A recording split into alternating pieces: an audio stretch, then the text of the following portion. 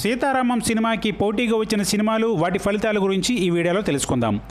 అను రాఘవపూడి దర్శకత్వంలో pan India మూవీగా వచ్చి ఎవరు ఊహించినంత ఘన విజయం దక్కించుకుంది. దేశభక్తి మెండుగా ఉన్న క్యారెక్టర్లో దుల్కర్ సల్మాన్, అతని మనసు దోచుకున్న ప్రేయస్గా హీరోయిన్ మృణాల్ ఠాకూర్ అద్భుతంగా నటించారు.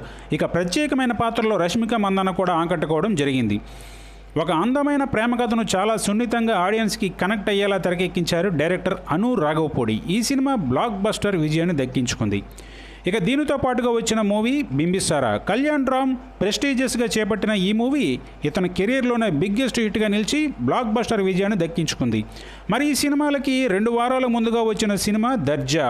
నాటుసారా దందా నడిపే అనసూయ భరద్వాజ్కి ఏసీపీ ఆఫీసర్ సునీల్కి మధ్య నడిచే ఘర్షణతో తెరకెక్కిన ఈ మాస్ ఎంటర్టైనర్ ఏమాత్రం ఎంటర్టైన్మెంట్ ఇవ్వలేక పరాజయం చవిచూసింది.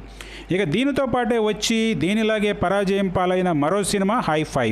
గోవా ట్రిప్కి వెళ్ళిన ఒక 5 అమ్మాయిల చుట్టూ తిరిగే ఈ కథకి దర్శకులు అమ్మ రాజశేఖర్. అలాగే వీటితో పాటే వచ్చిన మరో cinema thank you. Naga Chaitanya హీరోగా నటించిన ఈ మూవీ పూర్తి లవ్ అండ్ ఎమోషనల్ సబ్జెక్ట్ కాగా ప్రేమం తరహా ఉంటుంది అనుకుంటే ఏమాత్రం ఎక్స్పెక్టేషన్స్ రీచ్ కాలేక పరాజయాన్ని చవిచూసింది. ఇక ఆ తర్వాత వచ్చిన సినిమా రామారావు ఆన్ డ్యూటీ కూడా ఏమాత్రం బరిలో నిలబడలేకపోయింది. చాలా గ్యాప్ తర్వాత హీరో వేణు కంబ్యాక్ ఇచ్చిన కథనం ఆకట్టుకోలేక ప్రేక్షకులని నిరాశపరిచింది. అలాగే సీతారామం బింబిసారా రిలీజ్ అయిన వారం రోజులకి వచ్చిన సినిమా నితిన్, మాచర్ల నియోజకవర్గం.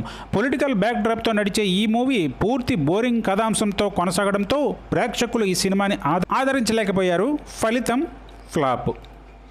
ఇక ఈ సినిమా తర్వాత వచ్చింది నిఖిల్ కార్తికేయ 2. పూర్తి అడ్వెంచరస్ ఫిలింగా ఒక అంతు చెక్కని రహస్యాన్ని ఛేదించి బ్లాక్ బస్టర్ విజయాన్ని సొంతం చేసుకుంది. ఇక చివరగా వచ్చిన సినిమా వాంటెడ్ పండుగాడు. అనసూయ, సునీల్ ప్రధాన పాత్రలో నటించారు. ఇది ఫ్లాప్గా తేలిపోయింది. ఇలా మొత్తంగా సీతారామంతో పాటు బింబిసారా, కార్తికేయుల 2లు మాత్రమే బ్లాక్ బస్టర్గా నిలిచాయి.